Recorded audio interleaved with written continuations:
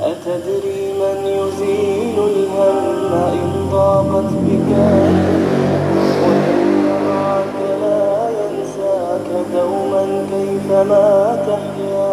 أتدري من يزيل الهم إن ضاقت بك الدنيا ومن يرعاك لا ينساك دوما كيفما تحيا.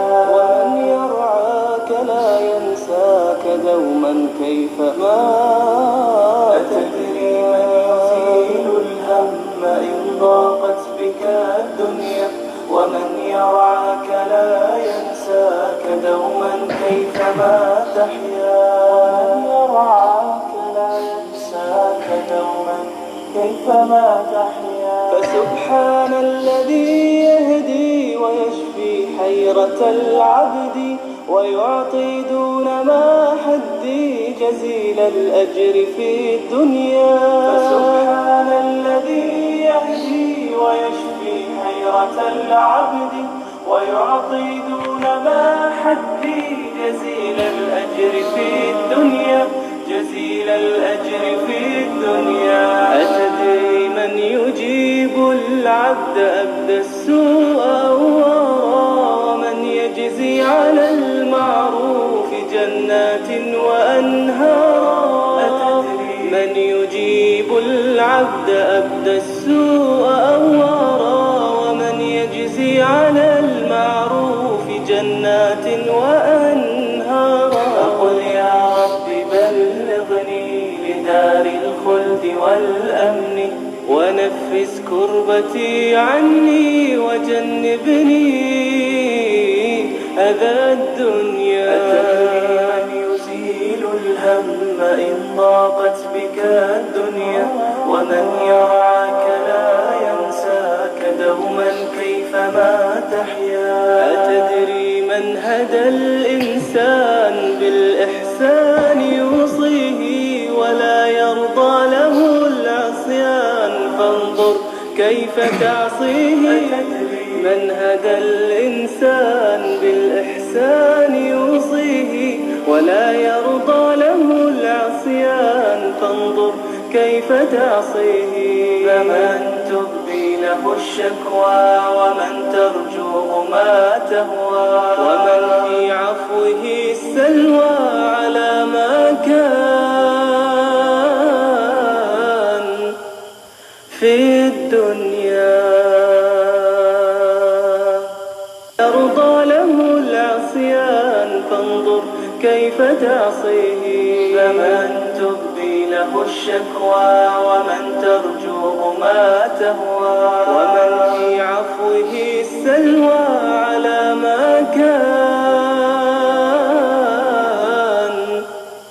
في الدنيا.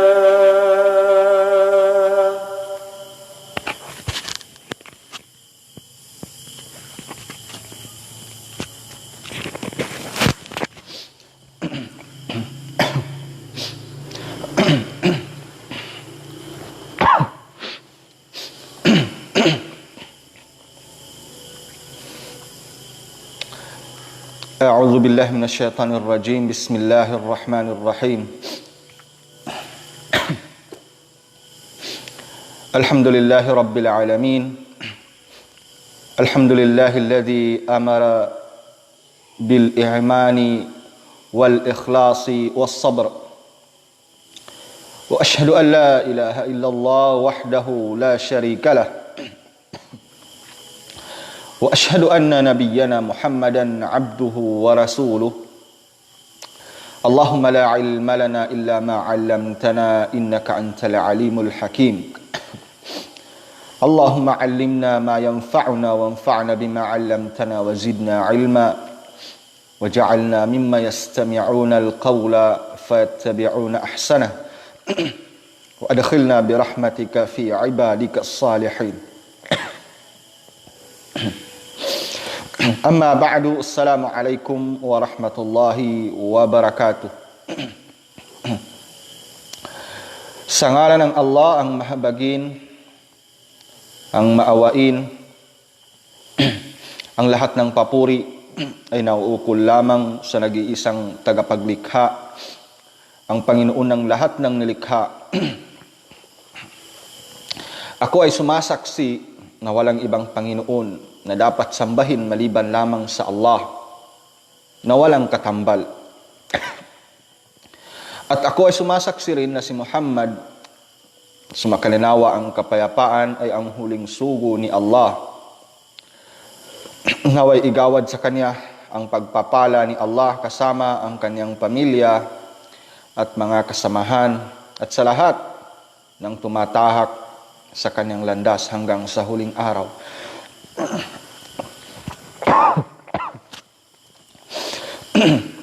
Mga kapatid sa pananampalatayang Islam, bago ang lahat ay nais ko munang batiin ng napakagandang pagbati ang mga kapatid nating mga babae na kung saan sila yung nakapag-isip sa mga gawain na ito bilang pagpapaalala o pagbibigay kaalaman sa lahat. Binabati ko po silang lahat, kasama na ang lahat ng nakasubaybay at sa susubaybay pa lamang ng Assalamualaikum warahmatullahi wabarakatuh.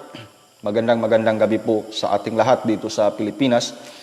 At magandang hapon din po sa inyong lahat dyan sa Middle East.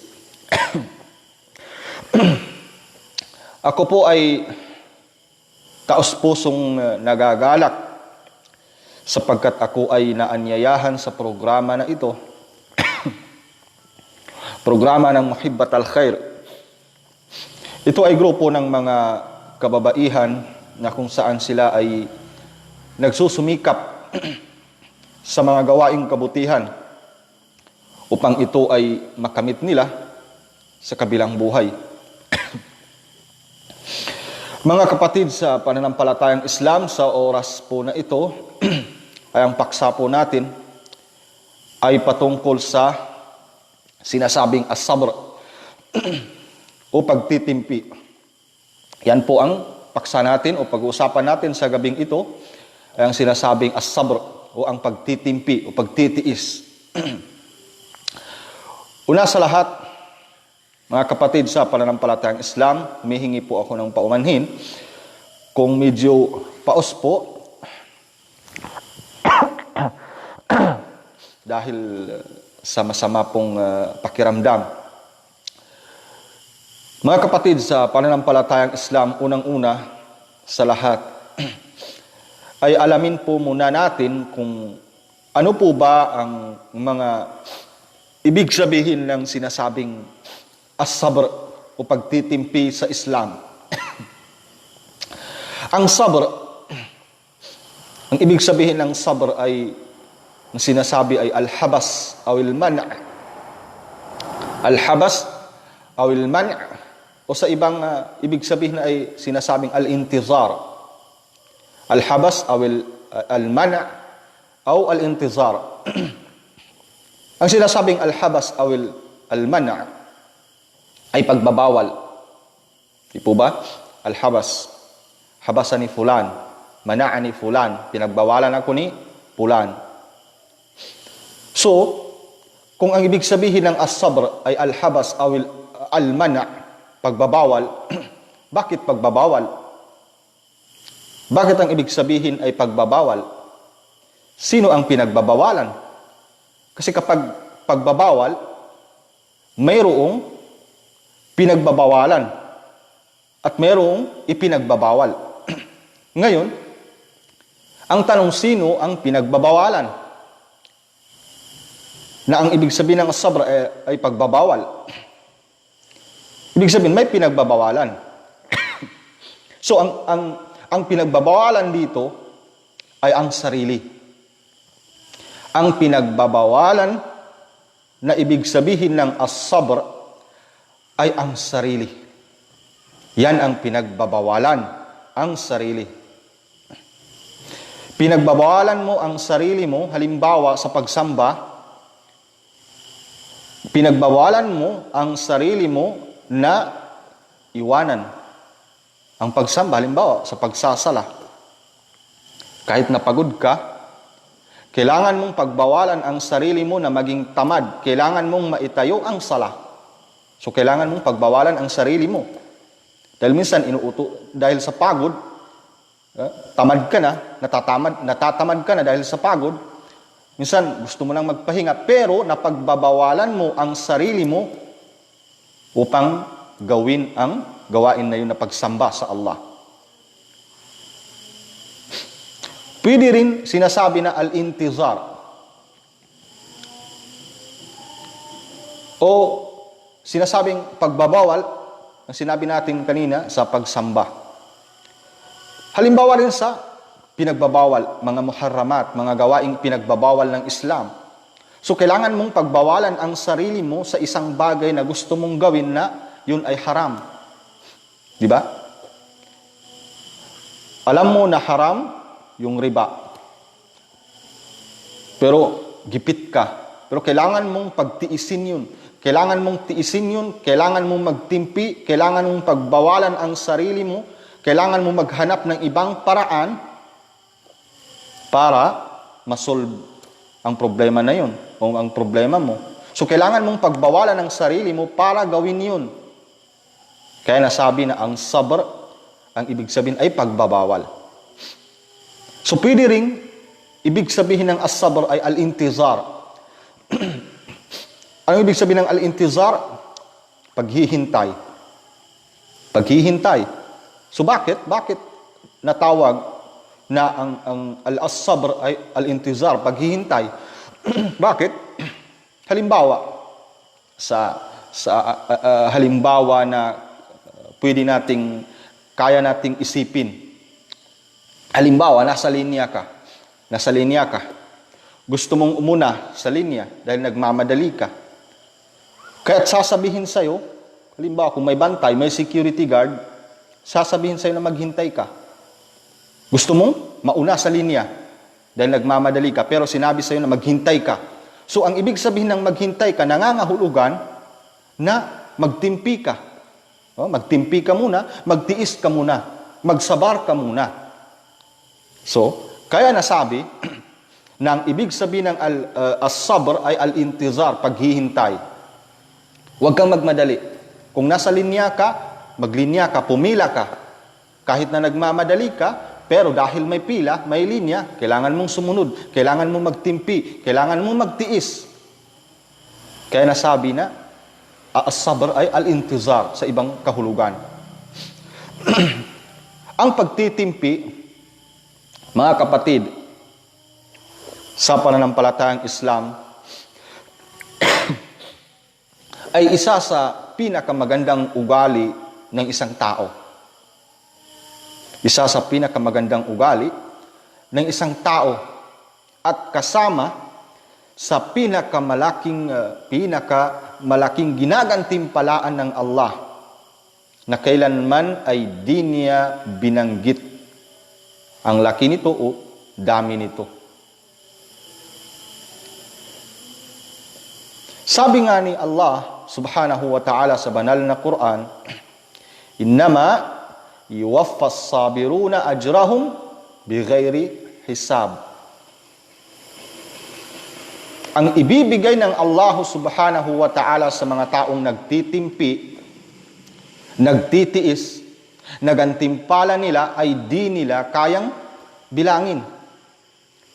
Ibig sabihin, ang ugali na mapagtimpi, mapagtiis, ay isa sa mga ugaling pinakamalaking ginagantimpalaan ng Allah subhanahu wa ta'ala, tulad ng pag-aayuno. Ang pag-aayuno sa buwan ng Ramadan ay kasama rin sa gawaing pagsamba na kung saan ang gantimpala nito ay hindi kailanman binanggit ng Allah subhanahu wa ta'ala, maging sa Quran o sa hadith ay hindi binanggit ng Allah subhanahu wa ta'ala kung gaano karami ang igagantimpala niya dito. Pangalawa, yung as-sabr, pagtitiis o pagtitimpi. Ang pagtitimpi, mga kapatid, sa pananampalatayang Islam ay isang ugali na kung saan itinataas niya ang antas ng tao sa paningin ng Allah. Ibig sabihin, kung ikaw ay nasa iyo ang ugali ng mapagtimpi, mapagtiis, ay itataas ang antas mo sa paningin ng Allah subhanahu wa ta'ala. Pero sa may kondisyon, sa kondisyon, kinakailangan ang pagtitimpi mo ay sa kadahilanang para sa Allah at kagustuhan mong makamit ang kanyang gantimpala. Hindi yung pagtitimpi ng dahil sa ibang tao. Pagtitimpi ng dahil sa ibang tao. Halimbawa, may gustong umaway sa'yo, umanlait sa'yo, pero nagtitimpi ka dahil sa isang halimbawa, lalaking gusto mo, di ba? Nagtitimpi ka, ipinapakita mong ikaw ay mapagtimpi, mapagtiis. Pero ang intensyon mo, ang niya mo, ang pagtitimpi na yun o pagtitiis na yun ay hindi para sa Allah.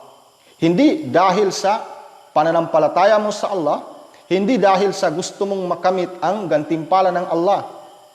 Bagkus, nagtitimpi ka dahil sa isang lalaking gusto mo. May posibilidad na maging kayo. Diba? Hindi posible na maging kayo. Pero, ang ganoong uri, dapat nating intindihin ito, ang ganoong uri ng pagtitimpi o pagtitiis ay babalik sa'yo. Babalik sa'yo. Walang kabuluhan. Hindi kasama sa gagantimpalaan ni Allah. Dahil ang pagtitimpi mo ay hindi dahil sa Allah, hindi para sa Allah. Hindi dahil sa pananampalataya mo sa Allah. Hindi dahil sa gusto mong makamit ang gantimpala ng Allah, bagkus dahil sa isang lalaki.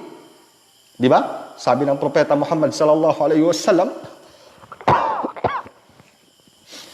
"Faman kanat hijratuhu lidunya yusibuha aw imra'atin yankihuha fahijratuhu ila ma hajara ilay."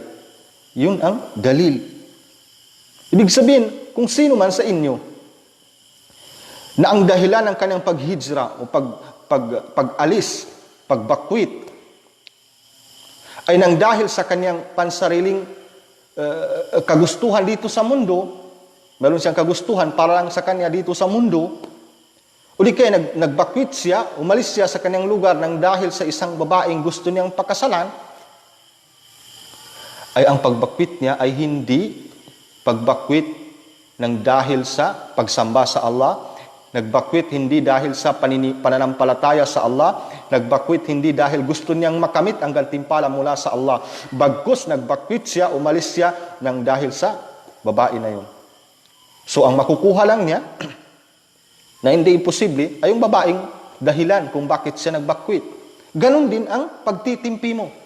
Kung nagtimpi ka dahil sa isang bagay o isang tao na gusto mong maging sayo, hindi posible na makuha mo. Pero, alalahanin mo na ang gantimpala ng pagtitiis mula sa Allah ay hindi mo makukuha. Dahil ang kondisyon ng gantimpala na yun, na ibibigay sa iyo ng Allah, ay ang pagtitimpi ng para sa Kanya, para sa Allah. Pananampalataya sa Allah. Gantimpala ang hangarin mo, hindi yung makamundong bagay. Mga kapatid sa pananampalatayang Islam, ang pagtitimpi ay isa sa ugali ng isang taong tunay na mananampalataya sa Allah. Ibig sabihin, kung ikaw ay tunay na mananampalataya sa Allah, dapat meron kang ganitong ugali. Di ba? Kung ikaw ay tunay na mananampalataya sa Allah, dapat meron kang ganitong ugali, yung mapagtimpi, sabr, matiisin. Dahil isa yun sa ugali ng taong tunay na mananampalataya ay ang pagtitiis, pagtitimpi, o ang sinasabing sabr. Di ba? Sabi ng propeta, sumakaninawang kapayapaan, "Ajaban li amril mu'min." Ajaban li amril mu'min. Inna amrahu kullahu khair. Wa laysa dhalika li ahadin illa lil mu'min. In asabathu sarra'u syakar fakana khairan lahu. Wa in asabathu dharra'u sabar fakana khairan lahu. Ang ibig sabihin nito, mga kapatid, sa pananampalatayang Islam, sabi ng propeta, nakakagulat. Nakakagulat sa isang mananampalataya na ang lahat ng mga nangyayari sa kanya ay lahat na lang mabuti para sa kanya. Kung siya ay dinatnan ng kalungkutan, para sa kanya okay lang. Para sa kanya okay lang. Lahat ng nangyayari sa kanyang sarili, sa kanya ay lahat okay lang. Walang problema. Tinitiis niya, nagtitimpi siya. Bakit? Bakit? Dahil walang iisang may ganyang ugali maliban lang sa mananampalataya sa Allah. Ibig sabihin, ang mayroon lang ganitong pag-uugali, mapagtiis, mapagtimpi ay ang taong tunay na mananampalataya sa Allah. Na kapag siya ay dinatnan ng kagalakan, siya ay nagpapasalamat sa Allah sapagkat yun ay ang makakabuti para sa kanya. May tiwala siya sa Allah. Buo ang tiwala niya sa Allah. Ipinagkatiwala niya ang sarili niya sa Allah. Kaya kung siya ay dinadatnan ng kalungkutan, problema, walong mga sakuna ang dumating sa kanya, pinagtitiisan niya, nagtitimpi siya, nagsabar siya. Dahil alam niya na yun ang makakabuti para sa kanya. At kung siya naman ay dinatnan ng kalungkutan, pagsubok, siya ay nagtitimpi, siya ay nagsasabar, sapagkat yun ang makakabuti para sa kanya. Lagi nating alalahanin, mga kapatid, sa pananampalatayang Islam na ang mundo ay puno ng mga pagsubok. Yan ang lagi mong tatandaan, na ang mundong ito na kung saan nandito ka ay puno ng mga pagsubok, lalong-lalo na sa mga taong tunay na mananampalataya sa Allah. Ang mundong ito ay bilangguan ng mga mananampalataya sa Allah. Kulungan, bilangguan ng mga taong mananampalataya sa Allah. Kaya dapat kang maging matatag dito sa mundo. Dapat kang maging matatag, mapagtimpi. Kadalasan, sinusubok tayo ng Allah, tulad ng sakuna, kagipitan sa buhay, nagkasakit ka, halimbawa, at kung mayroon kang tunay na paniniwala, mayroon kang tunay na paniniwala sa Allah, ay hindi ka dapat magdadaing sa Kanya tungkol sa mga kahirapan sa buhay at kasawiang palad. Sa halip ay magpasalamat ka dahil lahat ng ito ay mga pagsubok ni Allah na dapat mong tiisin. Isipin mo na lang para makapagtiis ka, maging malakas ang pagtitiis mo, matatag ang pagtitiis mo. Isipin mo na lang na kaya ka sinusubok ni Allah ay kinalulugdan ka. Di ba? Yun lang ang isipin mo. Halimbawa, dinatnan ka ng pagsubok, sinusubok ka ni Allah. So para maging matatag ka, para kaya mong harapin ang lahat ng mga pagsubok na yun, dapat mong isipin na kaya ka sinusubok ng Allah, binibigyan ng pagsubok na ganyan, dahil sa kinalulugdan ka ng Allah. Minsan, gusto lang ni Allah na marinig ang boses mo dahil matagal nang hindi ka humingi ng tulong sa Kanya, di ba? Hindi ka na humihingi ng tulong sa Kanya. Ang ginagawa mo lang pagsamba, pagsala, pero yung pagdudua, hindi ka na humihingi ng tulong sa Kanya dahil maganda na yung buhay mo, pamumuhay mo. Minsan, sinusubok ka ng kahirapan, kalungkutan o anong sakuna ang isusubok sa iyo na ang Allah.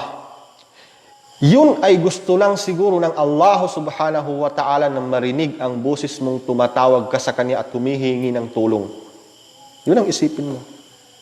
Diba sabi ng propeta Muhammad sallallahu alaihi wasallam, Idza ahabba Allahu 'abdan ibtalahu. Diba? Sabi ng propeta, idza ahabba Allahu 'abdan ibtalahu. Kapag kinalugdan ka ni Allah, kinalugdan ni Allah ang isa sa kanyang alipin, ay susubukin niya. Susubukin niya. Susubukan ka kung hanggang saan ka katatag. Hanggang saan yung kaya mong magsabar. Kaya kung nagkasakit ka, halimbawa, di ba? Isipin mo na lang na siguro nagkasala ka. Kaya ka nagkasakit dahil siguro nagkasala ka. Kaya, nililinis ni Allah ang iyong mga kasalanan. Ang kasalanan na yun. Di ba?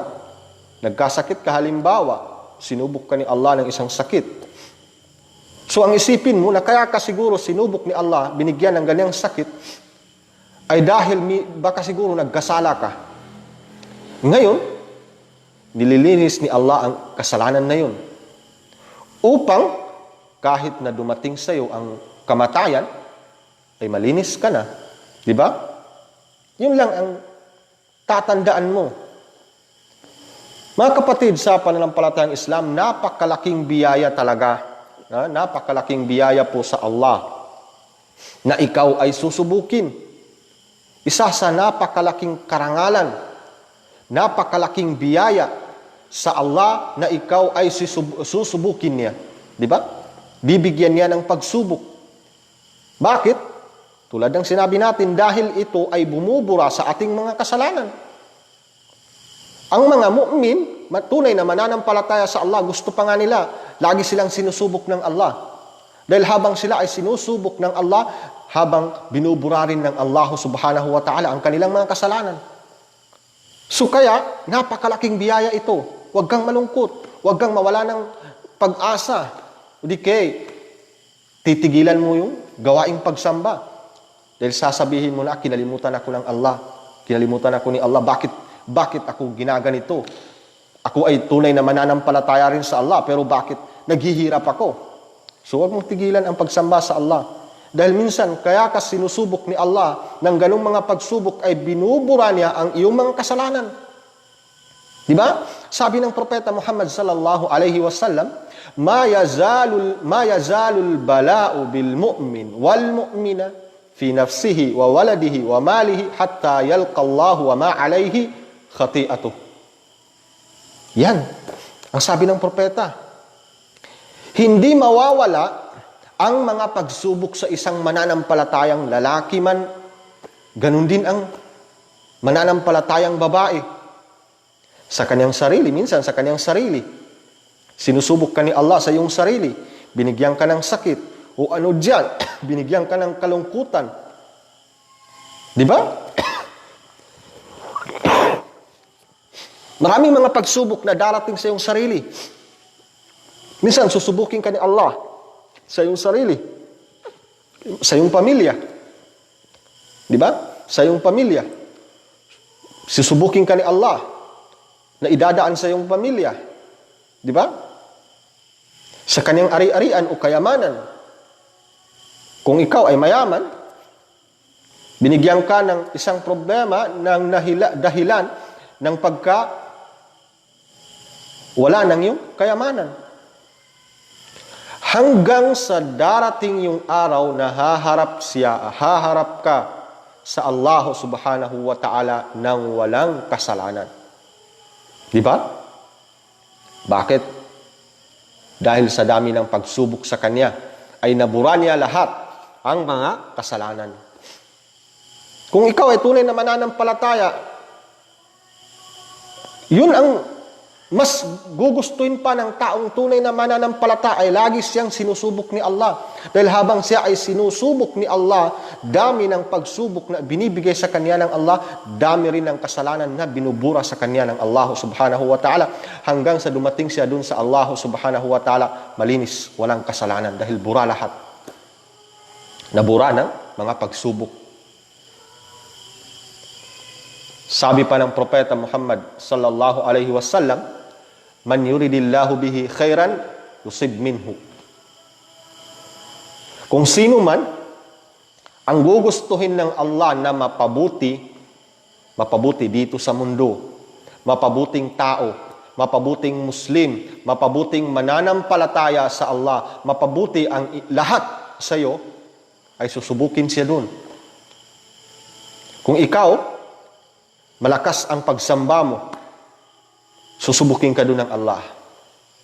Kung ikaw, marami kang pera, nagbibigay, kawang-gawa ka, susubukin ka dun ng Allah. Kung hindi mo ba titigilan yun, yung pagkagawang-gawa, hindi mo ba titigilan yun, susubukin ka ng Allah subhanahu wa ta'ala dun. Bakit? Hindi dahil sa, halimbawa, hindi yun kinalulugdan ng Allah ang gawain na yun. Bagkus, kaya ka sinusubok ng Allah subhanahu wa ta'ala dun, dahil kinalulugdan ka ni Allah subhanahu wa ta'ala. Tinitingnan niya kung hindi mo ba titigilan ang gawain na yun.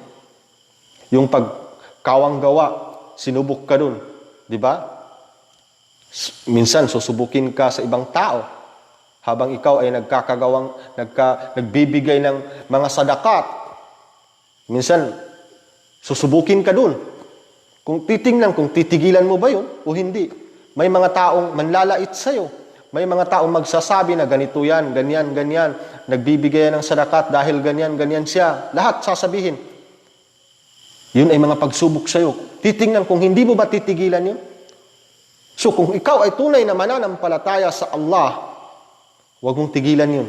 Bagkus, damihan mo pa. Magpursigi ka pa sa ganoong gawaing pagsamba sa Allah subhanahu wa ta'ala. Mga kapatid sa pananampalatayang Islam, wag kang magsasabi ng masama. Kung ikaw ay dinatnan ng mga pagsubok, dahil hindi may iwasan yan eh. May mga taong kapag dinatnan ng mga pagsubok, mga sakuna o kalungkutan, ay minsan nakapagsasalita ng hindi maganda, nakapagsasabi ng hindi maganda. Di ba? Wag na wag mong gagawin yan. Wag na wag mong titigilan ang paggawa ng kabutihan dahil lang sa pagsubok na yun. Di ba? Wag na wag mong titigilan ang gawaing pagsamba na yun. Ipagpatuloy mo ang mabubuting gawain mo. Ipagpatuloy mo ang mahuhusay mong gawain. Wag mong tigilan ang dahil lang sa pagsubok na yun. Dahil lang sa sakuna na yun. Dahil lang sa kalungkutan na yun. Bagkus, magpasalamat ka sa Allah. Magpasalamat ka kay Allah subhanahu wa ta'ala. Bakit? Dahil napili kanyang subukin. Sa dami ng kanyang alipin, isa kang napili. Isa ka sa napili niyang susubukin niya. Bakit? Dahil kinalulugdan ka ni Allah subhanahu wa ta'ala. Dahil ang gusto ng Allah subhanahu wa ta'ala ay paraiso ang madadatnan mo sa kabilang buhay. Kaya ka sinusubok. Yun ang dahilan. Bakit ka sinusubok? Dahil gusto ng Allah na maging malinis ka. Bago dumating sa iyo si kamatayan, bago dumating sa iyo si Malakul Maut, bago dumating sa iyo ang kamatayan, malinis ka na. Tulad ng damit na maputi, malinis, na walang kasalanan. Yun ang gusto ng Allah subhanahu wa ta'ala. Bakit ka sinusubok ng ganyang mga pagsubok? Dahil gusto ng Allah, paraiso ang dadatnan mo sa kabilang buhay. Mga kapatid sa pananampalatayang Islam, gaano man kalaki ang pagsubok na isusubok niya sa iyo, ay ganun din kalaki ang gantimpala na igagantimpala ng Allah subhanahu wa ta'ala sa iyo. Kung gaano kalaki ang problema na dumating sa iyo, ganun din kalaki ang kagalakan na ipapalit ng Allah subhanahu wa ta'ala ng iyong kalungkutan. Kung nagkaroon ka ng sobrang problema, magtimpi ka, magsabar ka, magtiis ka na para sa Allah. Isipin mo na lang na ito ay pagsubok ni Allah, kaya magtitiis ako, magtitimpi ako. Ngayon, sa laki ng problema na yon, papalitan ng Allah subhanahu wa ta'ala ng ganun ding kalaki ng kagalakan, kasiyahan. Diba?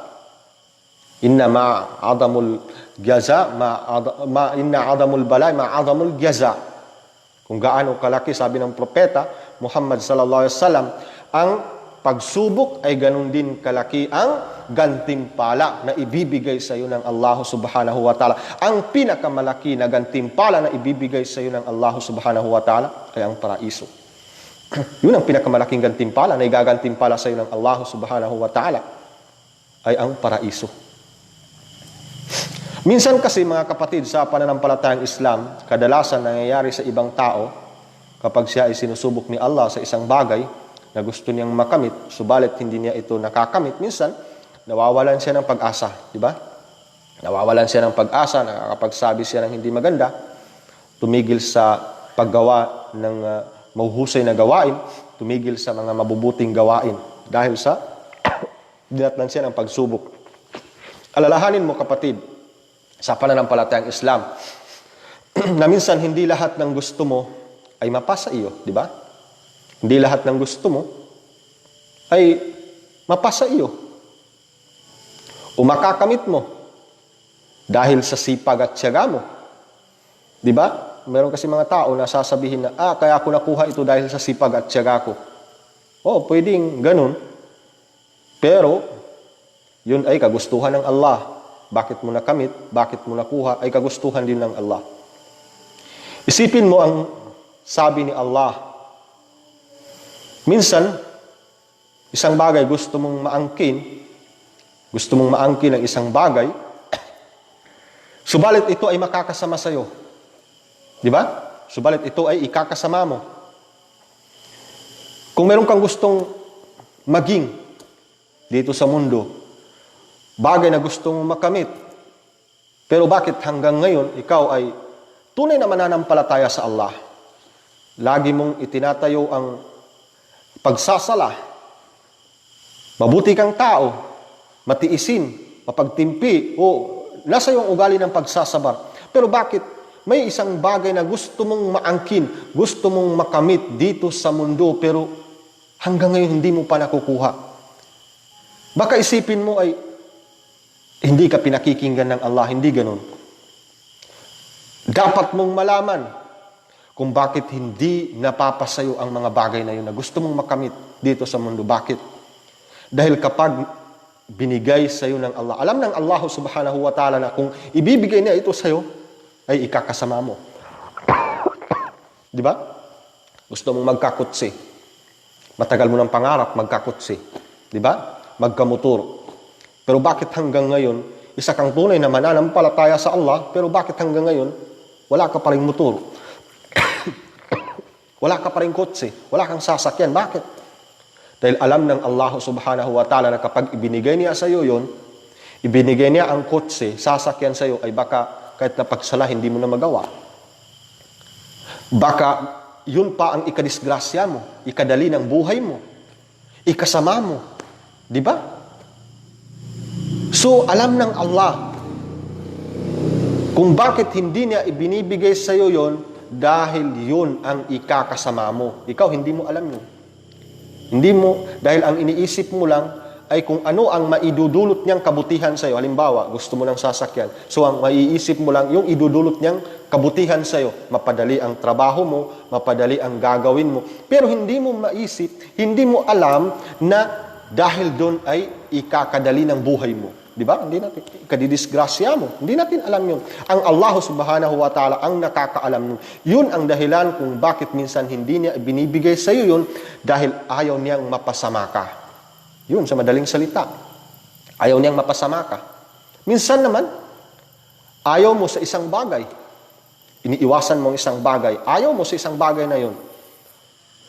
Subalit, nakuha mo yun, napasa iyo ang bagay na yun na kahit na hindi mo gusto, alam mong hindi mo yun gusto, pero yun pala ang makakabuti sa iyo. Di ba?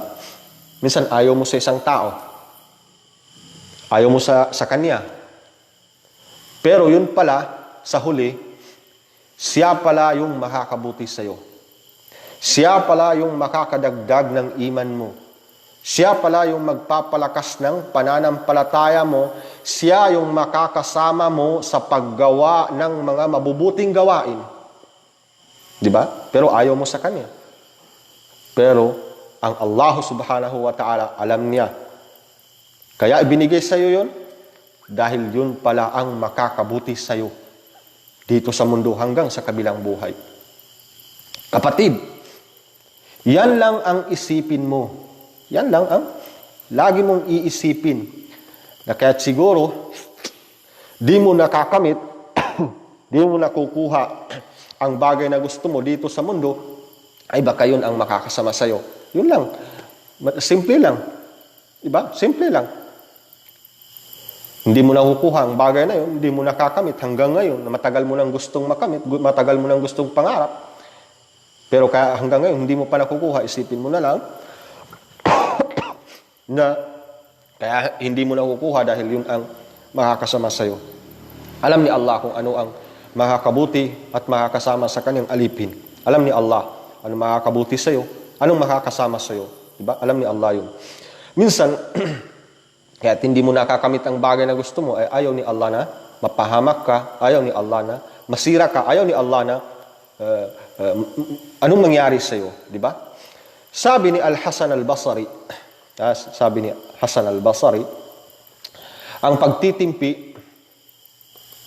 ang pagtitimpi ay isang alkansya ng kabutihan.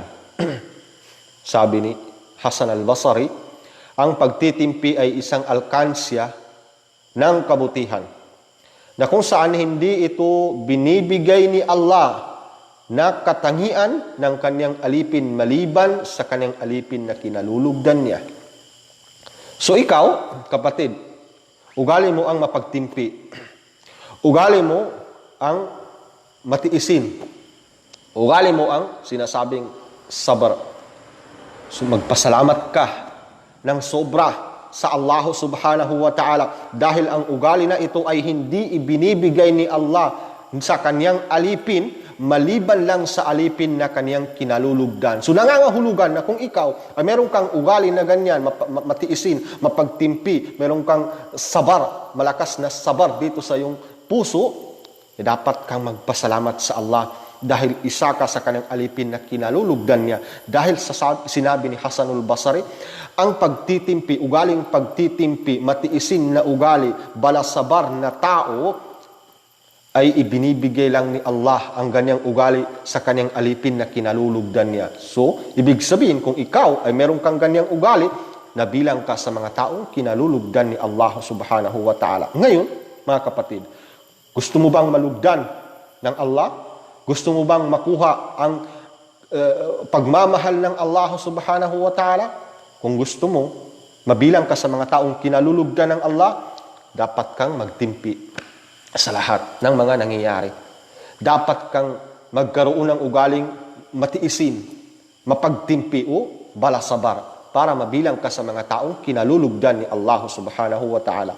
Mabilang ka sa mga taong makakamit ang paraiso sa kabilang buhay. Mga kapatid sa pananampalatayang Islam, ang pagtitimpi sa pananampalatayang Islam ay may 3 uri. Diba? Mayroon sa inyo na alam na siguro yan. Sa Islam, mayroong 3 uri ng pagtitimpi. Una, pagtitimpi sa pananampalataya sa Allah. Pagtitimpi sa pananampalataya sa Allah. Pangalawa,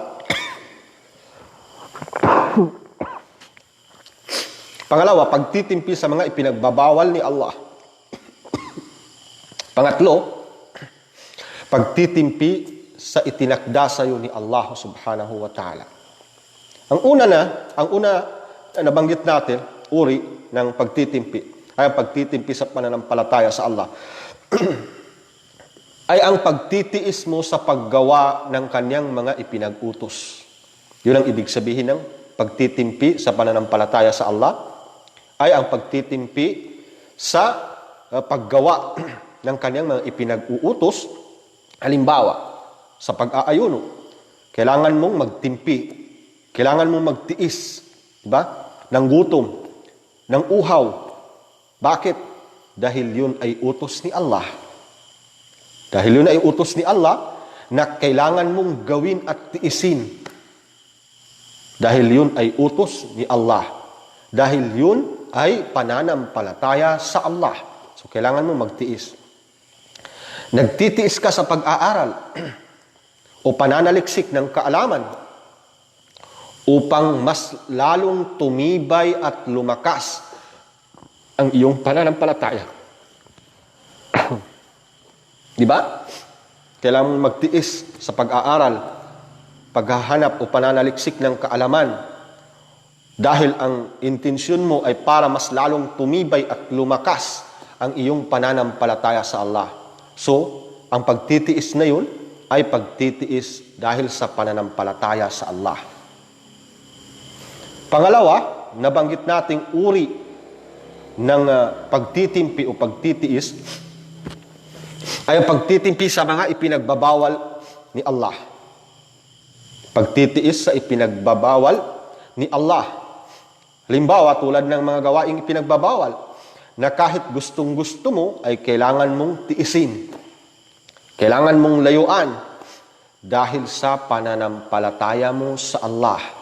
Dahil yun ay ipinagbabawal ni Allah. So, kailangan mong magtimpi. Kailangan mong magtiis. Kailangan mong magsabar. Dahil yun ay ipinagbabawal ni Allah. Yun ang pagtitimpi sa ipinagbabawal ni Allah. Pagtitimpi mo sa mga gawaing ipinagbabawal ni Allah. Kailangan mong layuan yun. Kailangan mong tiisin yun. Dahil yun ay kasama o gawaing ipinagbabawal ni Allah. Ang pagtitimpi, pangatlo na uri ng pagtitimpi sa pananampalatayang Islam, ang pagtitimpi sa kung ano ang itinakda sa iyo ni Allah. Yun ang pangatlo. Uri ng pagtitimpi, pagsabar sa pananampalatayang Islam, ay ang pagtitimpi mo sa kung ano ang itinakda sa iyo ni Allah. Kung ang nakatakda sa iyo ay ang pamumuhay na mahirap, ay kailangan mo magtimpi. Kailangan mo magtiis dahil yun ang nakatakda para sa iyo.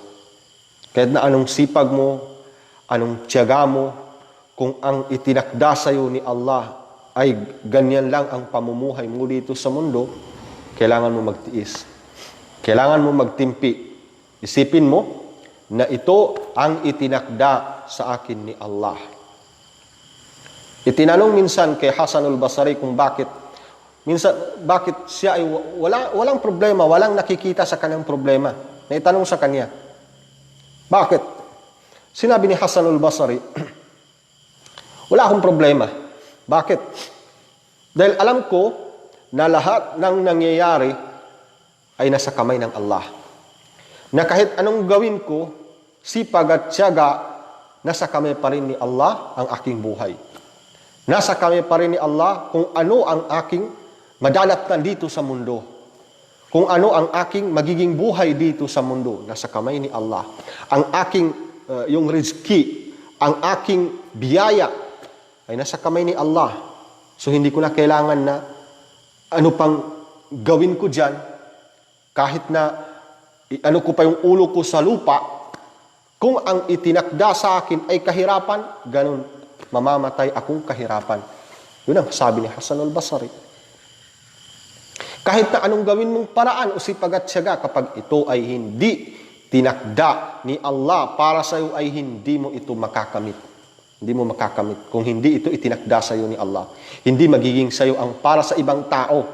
Kaya't nasabi natin sa ibig sabihin ng sabr ay al-intizar. Bakit? Paghihintay. Dahil di mo kailangan magmadali upang makamit ang isang bagay. Dahil kung talagang para sa iyo ay magiging sa iyo balang araw. Dahil yun ang itinakda para sa iyo ni Allah. Di ba? Mayroong mga halimbawa, ilagay natin sa halimbawa yung mag-aasawa, yung pag-aasawa.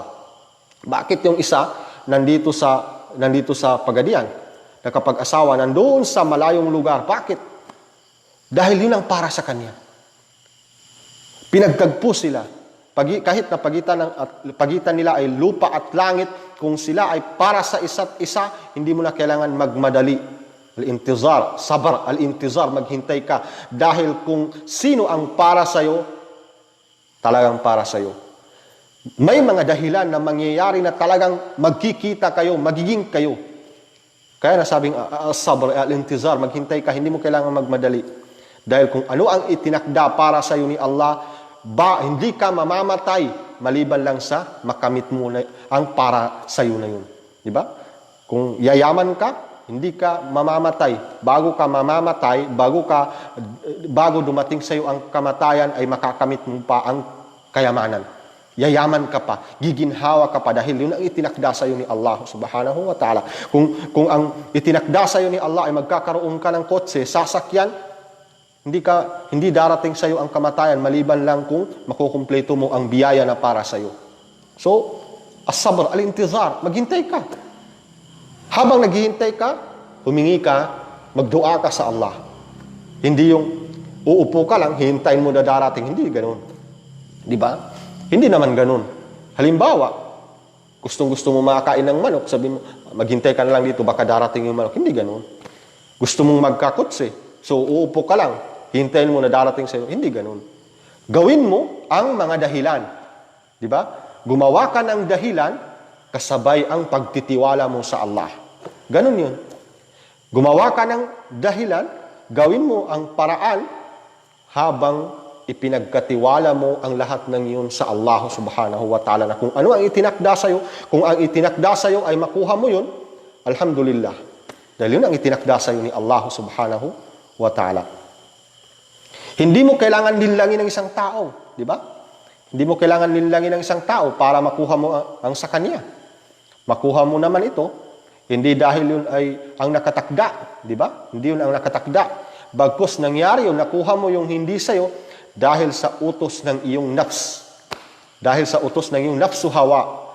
Dahil sa utos ng sarili upang makagawa ng isang kasalanan. So, ibig sabihin, ginawa mo yun, nilinlang mo ang isang tao para makuha yung bagay na sa kanya, nakuha mo nga, hindi yun ay itinakda para sa iyo. Bagkus, yun ay pag-uutos ng nafsu hawa mo. Inutusan kang makagawa ng kasalanan. So, ibig sabihin, kasalanan yung nagawa mo. Kasalanan yung nagawa mo. Dahil alam natin na ang ating mga sarili ay nag-uutos ng gawaing makasalanan. Sabi nga ng Allah subhanahu wa ta'ala, inna nafsa la ammaratun bisu. Katotohanan, ang ating mga sarili ay nag-uutos ng mga kasamaan. Mga kapatid sa pananampalatayang Islam, ang pagtitimpi ay hindi masasabing kaduwagan. Di ba? Ang pagtitimpi ay hindi masasabing kaduwagan ng isang tao. Bagkus ang pagtitimpi ay kasama mo si Allah. Di ba? Meron kasi mga tao na kapag ikaw ay mapagtimpi, matiisin ay sasabihin ng ibang tao na duwag ka. Hindi. Hindi kaduwagan ang pagtitimpi. Hindi kaduwagan ang pagtitiis, pagsabar. Bagkus ang pagtitimpi, sino ang kasama mo? Kasama mo si Allah. Bakit? Sabi ng Allah subhanahu wa ta'ala, wasbiru, innallaha ma'as sabirin. Di ba? Magtiis kayo. Magtimpi kayo. Magsabar kayo dahil katotohanan ang Allah subhanahu wa ta'ala ay kasama ng mga taong mapagtimpi. Kasama ng mga taong nagtitiis. So, hindi kaduwagan ang pagtitimpi. Hindi kaduwagan ang pagtitiis. Bagkus nagtitiis ka dahil alam mong kasama mo si Allah.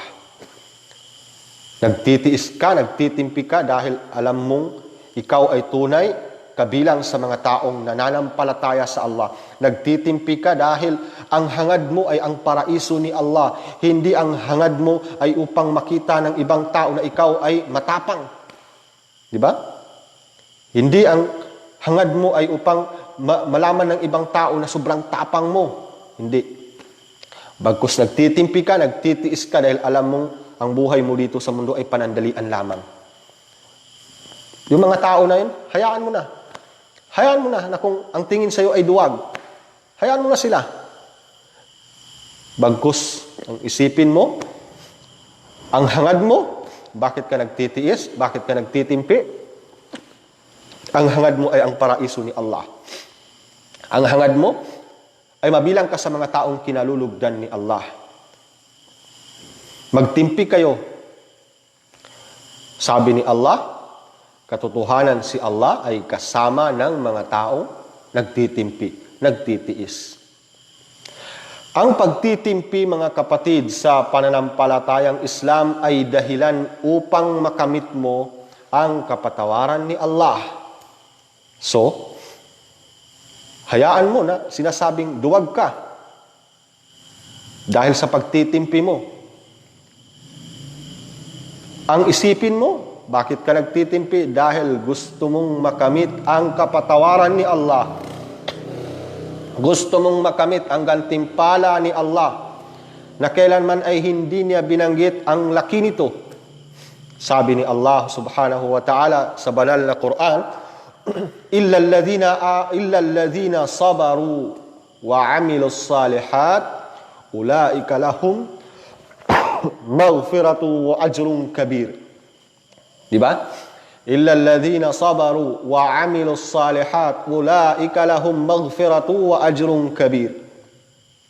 Maliban sa mga taong nagtitimpi o maliban sa mga taong nagtimpi at gumawa ng mahuhusay na gawain, gumawa ng mabubuting gawain, sila ay magkakamit ng ano? Magkakamit ng maghfirah. Magkakamit ng kapatawaran mula sa Allah. Magkakamit ng malaking gantimpala mula sa Allah. Ang mga taong mapagtimpi. Ang mga taong matiisin o bala sabar. Gusto mo maging matagumpay dito sa mundo? Lahat tayo gusto natin na maging matagumpay tayo dito sa mundo. Walang isa sa atin na magsasabi na ayaw kong maging matagumpay dito sa mundo. Lahat tayo, kaya tayo nagtiyatsaga, kaya tayo nagsisikap, kaya tayo nagtatrabaho dahil gusto natin na maging matagumpay dito sa mundo. Di ba? Yung mga kapatid natin na nandyan sa abroad, bakit sila nag-a-abroad? Bakit tiniis nila? Bakit sila nagtitimpi? Bakit sila nagtitiis na mapalayo sa kanilang mga mahal sa buhay? Bakit? Dahil gusto nilang magtagumpay sila dito sa mundo. Dahil gusto nilang maging mamuhay sila ng masagana dito sa mundo. Di ba? So, habang ikaw ay nagtitimpi, huwag mong sayangin. Ikaw kapatid na nandyan sa abroad, nagtatrabaho para maging matagumpay dito sa mundo, mabuhay ng maging masagana, huwag mong sayangin ang pagtitimpi mo. Huwag mong sayangin ang pagtitiis mo dyan. Magtimpi ka ng para sa Allah. Magtiis ka para sa Allah. Bakit? Sabi ng propeta Muhammad sallallahu alaihi wasallam, wa'lam anna an-nasra ma'as sabr. Oh, di ba? Wa'lam anna an-nasra ma'as sabr. Kung gusto mong maging matagumpay dito sa mundo, magtiis ka. Magtimpi ka na para sa Allah. Magsabar ka para sa Allah. Ha? Bakit? Sabi ng propeta Muhammad sallallahu alaihi wasallam, dapat mong malaman. Dapat mong malaman na katotohanan ang tagumpay ay kasama ang pagtitimpi o pagtitiis. Di ba? Tulad din ng pag-aaral. Kung gusto mo makatapos ng pag-aaral, magtiis ka. Magtimpi ka. Magsabar ka. Dahil kung wala sa iyong pagtitiis, wala sa iyong pagtitimpi, wala sa iyong sabar, hindi ka makakatapos. Kayo, mga kapatid namin, sa pananampalatayang Islam, pumunta dyan sa abroad para magtrabaho, nagtitiis ka, nagtitimpi ka, magtiis ka. Magtimpi ka para makamit mo ang magandang buhay. Para makamit mo ang gusto mong matagumpay sa buhay. Di ba? Mga kapatid, sa pananampalatayang Islam, dito sa mundo,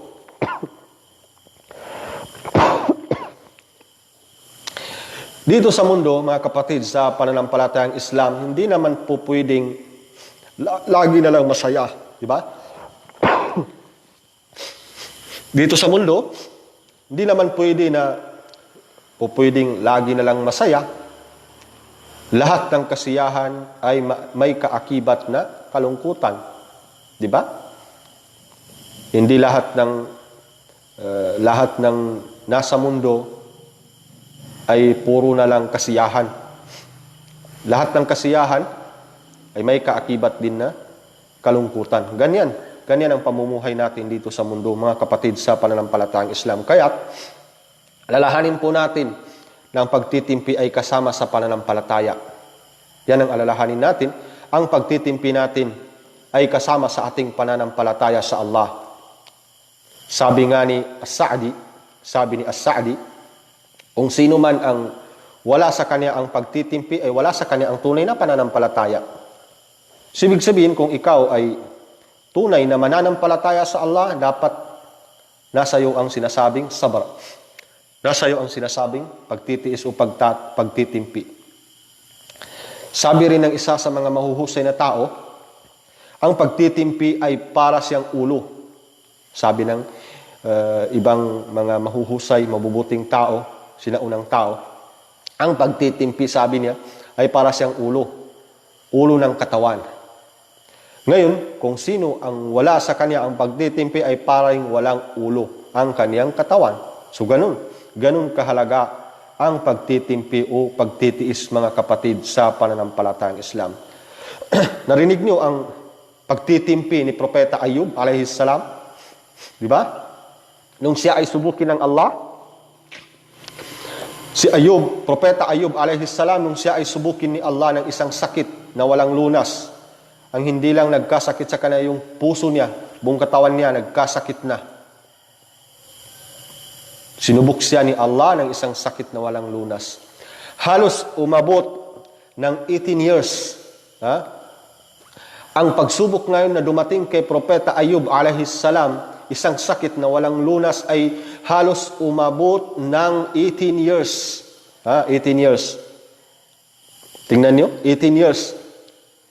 Nagkasakit si Propeta Ayub alayhi salam. Bago pa man ito gumaling, ay nakita niya ang paghihirap ng kanyang may bahay. Nakita niya ang paghihirap ng kanyang may bahay o asawa. Pero hindi pa rin siya humingi ng tulong sa Allah. Nagtiis siya, nagtimpi siya, nagsabar siya. Hanggang sa sinabi ng kanyang asawa na humingi na ng tulong sa kanyang Panginoon. Dahil hirap na ang kanyang asawa.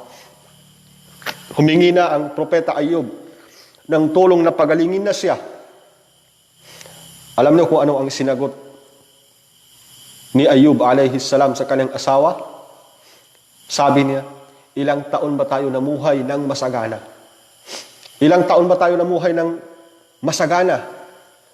Maginhawa, mayaman, namuhay ng mayaman. Ilang taon? Hindi nakasagot ang kanyang asawa. Sabi ni Ayub alayhi salam, hindi pa sapat ang tagal na sakit. Hindi pa sapat ang tagal ng sakit na ito kaysa tagal ng pamumuhay natin ng masagana. Allahu Akbar. Tingnan niyo. Ikinumpara ni Propeta Ayub alayhi salam ang kaniyang pagtitiis sa sakit na isinubok sa kanya ng Allah sa pamumuhay nilang masagana. Sabi niya, hindi pa sapat. 18 years nagkasakit ang Propeta Ayub alayhi salam. Sinabi niya sa kanyang asawa, hindi pa sapat ito. Hindi pa sapat ang tagal ng sakit na ito kaysa tagal ng pamumuhay natin ng masagana. Yun ang sagot ni Propeta Ayub alayhi salam sa kanyang asawa. Hanggang sa dumating ang araw, mga kapatid, sa pananampalatayang Islam, na pati buhok ng kanyang asawa ay nabibinta niya. Nabibinta niya.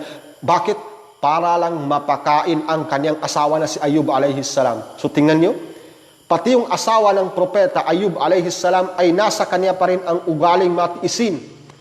Nasa kanya pa rin ang ugaling mapagtimpi. Hindi niya iniwan ang kanyang asawa sa panahon ng ganung sakit na yun.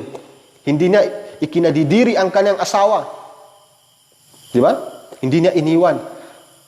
Si Ayub alayhi salam nagtiis sa kanyang sakit. Ang kanyang asawa nagtiis sa kahirapan hanggang sa dumating yung araw na buhok na niya ang kanyang nabibinta. Bakit? Para lang mapakain ang kanyang asawa na may sakit na si Propeta Ayub alayhi salam.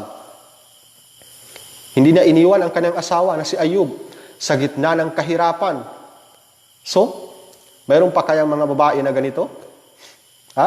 Mayroon pa kayang mga babae na ganito sa panahon natin ngayon na, mga kapatid, sa pananampalatayang Islam? Ang problema sa panahon ngayon, may mga ibang mga babae, iba lang hindi lahat.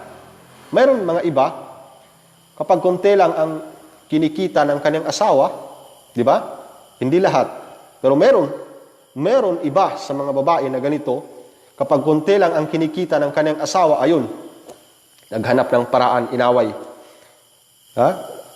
Gumawa ng paraan, naghanap ng dahilan para magkaroon sila ng away. Gagawa ng dahilan para humiwalay. Sasabihin, hindi siya kayang buhayin. Di ba? Meron mga ganyan, di ba? Hindi yan maitatago sa atin. May nangyayaring ganyan. Gagawa ng paraan para makapag-away sila. Ngayon, hihingi siya ng hiwalayan. Dahil bakit? Anong rason? Hindi daw siya kayang buhayin. Di ba? Kaya mo bang ikumpara ang iyong sarili sa asawa ni Ayub alayhi salam?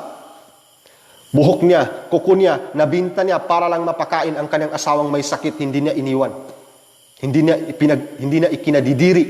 Lahat ng tao ay ikinadidiri si Ayub alayhi salam dahil sa kanyang sakit. Pero ang asawa niya kailanman ay hindi nandiri sa kanyang asawa. Bagkus pati kuko niya, buhok niya, ibininta niya para lang mapakain ang kanyang asawang may sakit, hindi niya iniwan. Di ba? Hindi niya iniwan. Ngayon, nung makita ni Propeta Ayub alayhi salam na sobrang naghihirap na ang kanyang asawa, wala na siyang mapasukang trabaho. Ang kanyang asawa, wala nang mapasukang trabaho. Bakit? Dahil iniiwasan na siya ng mga tao. Iniiwasan na siya ng mga tao dahil alam nila na asawa siya ni Propeta Ayub alayhi salam na may sakit. Takot silang mahawaan. So wala na siyang mapasukan na trabaho. Kaya pati buhok niya, kuko niya, binibinta niya para lang may mapakain sa kanyang asawa. Kaya hindi na nakatiis si Propeta Ayub alayhi salam, ay itinaas niya ang kanyang kamay. Itinaas niya ang kanyang dalawang kamay at tumawag sa Allah. Humingi ng tulong sa Allah upang siya ay pagalingin na. Hanggang sa may mga nangyari na, sinabi ng Allah na isipa mo yung dalawang paa mo hanggang sa may lumabas na tubig, ganyan. May nangyari, naligo siya, may mga nangyayari, ganun. Hanggang sa gumaling ang Propeta Ayub alayhi salam sa kanyang sakit. O di ba? Gumaling ang Propeta Ayub alayhi salam sa kanyang sakit at bumalik sa kanila ang masaganang pamumuhay tulad ng dati. Nangangahulugan ang lahat ng pagsubok ay may kaakibat na gantimpala. Lahat ng kalungkutan ay may kaakibat na kasiyahan. So kailangan mo lang magtiis, kailangan mo lang magtimpi para hindi masayang yung pagsubok na dumating sa iyo. Dumating sa iyo sakit, magtiis ka para hindi masayang yung pagtitiis mo ng sakit. Di ba? Para makamit mo ang gantimpala mula sa Allah subhanahu wa ta'ala. Mga kapatid sa pananampalatayang Islam, kung ikaw ay tunay na mananampalataya sa Allah, tatandaan mo na lahat na nang nawala sa iyo ay may kapalit. Diba? Kung tunay kang mananampalataya sa Allah, lagi mo lang iisipin, lagi mong tatandaan na lahat ng nawala ay mayroong kapalit. Mayroong kapalit na mas maganda. May nawala sa iyo, magtiis ka, magtimpi ka, magsabar ka. Dahil lahat ng nawala ay papalitan ng Allah subhanahu wa ta'ala. Sa isang kondisyon, kung ikaw ay nagtiis, nagtimpi, nagsabar para sa Allah subhanahu wa ta'ala.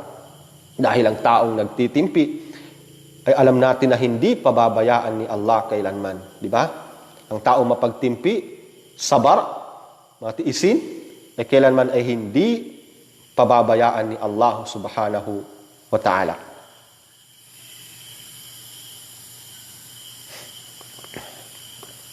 Mga kapatid sa pananampalatayang Islam, may nangyayari naman na kadalasan sinusubok tayo ni Allah sa isang bagay na hindi natin nagugustuhan, subalit yun naman ay siyang nakakabuti sa atin. Halimbawa lang ng isang kwento, di ba? Siguro dito na natin tatapusin sa kwento na ito. Medyo marami pa akong gustong sabihin sa inyo pero sobra na isang oras. So dito ko na siguro tatapusin sa kwento na ito na baka siguro sa kwento na ito ay makakuha ka ng idea, makakuha ka ng kaalaman para mas lalong mapatibay mo ang iyong sarili sa ugaling matiisin, mapagtimpi, na kung saan ang kwento na ito ay pwedeng sabihin na hindi lahat ng gusto mo ay yun ang makakabuti sa iyo. Minsan, nangyayari ang isang bagay na ayaw mo, yun pala yung makakabuti sa iyo. Ang kwento na ito, mga kapatid, sa pananampalatayang Islam ay isa sa kwento ng mga sinaunang tao. Kwento ng mga sinaunang tao.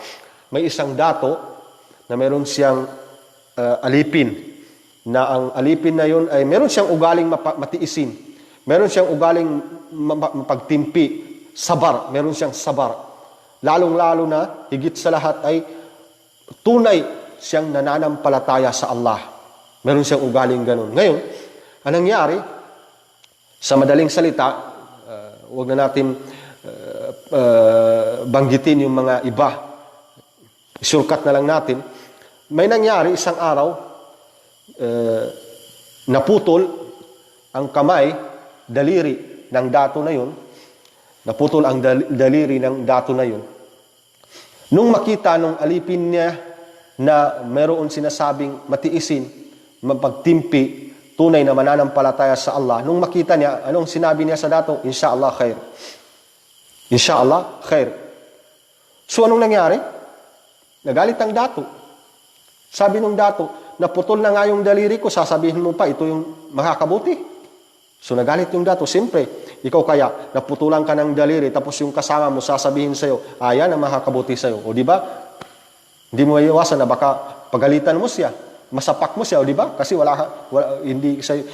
hindi mo maintindihan yung sinasabing pagtitimpi o pagtitiis. Kaya sinabi nung alipin niya, yan ang makakabuti sa'yo. So nagalit yung dato. Anong nangyari? Pinalayas na yung alipin na yun. Pinalayas niya.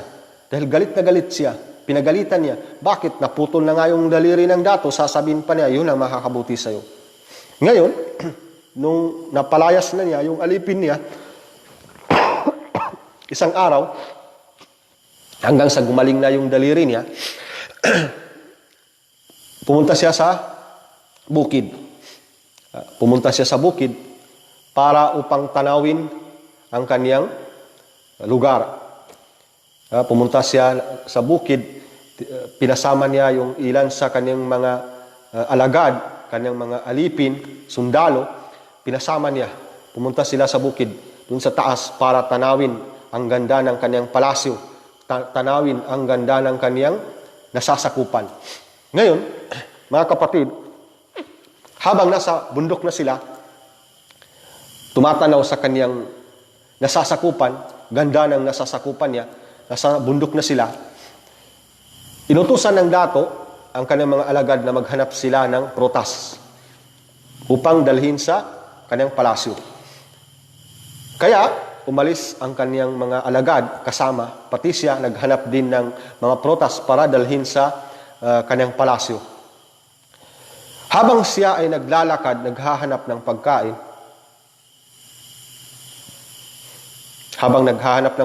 o prutas, naabutan siya ng mga taong bundok. Itong nangyari. Yung dato, naabutan siya ng mga taong bundok. Ngayon, anong nangyari? Hinuli siya ng mga taong bundok. Hinuli ng mga taong bundok ang dato. Nung nahuli siya, tinali nila ang dato. Nung makatali na ang dato, dinala ng mga taong bundok doon sa kanilang kinikilalang pinuno. Yung mga taong bundok, nung bakuhan nila ang dato, nakatali, ay dinala nila doon sa kanilang kinikilalang pinuno. Ngayon, nung dumating na sila doon sa harapan ng kanilang pinuno, ay sinabi ng mga taong bundok, ito na ang iaalay natin. Bakit? Dahil sa oras na yun, ay mag-aalay ang pinuno nila sa kanilang kinikilalang Panginoon na sinasamba nila. So, ang ginagawa nila ay kumakatay sila. Magkakatay sila ng tao para yung dugo ng tao ay ialay doon sa Panginoon na kinikilala, sinasamba nila. So, habang nakatali na ang dato, dinala na nila doon sa harapan nung parang estatwa na kinikilala nilang Diyos para upang patayin o palabasin ang dugo ng dato na yun para ialay doon sa kanilang kinikilalang Diyos o Panginoon. Kakatayin nila yung dato para yung dugo ay maialay doon sa kanilang kinikilalang Diyos na kanilang sinasamba. Ngayon, kinuha ng isa sa kanyang mga pinuno ang pangputol ng liig.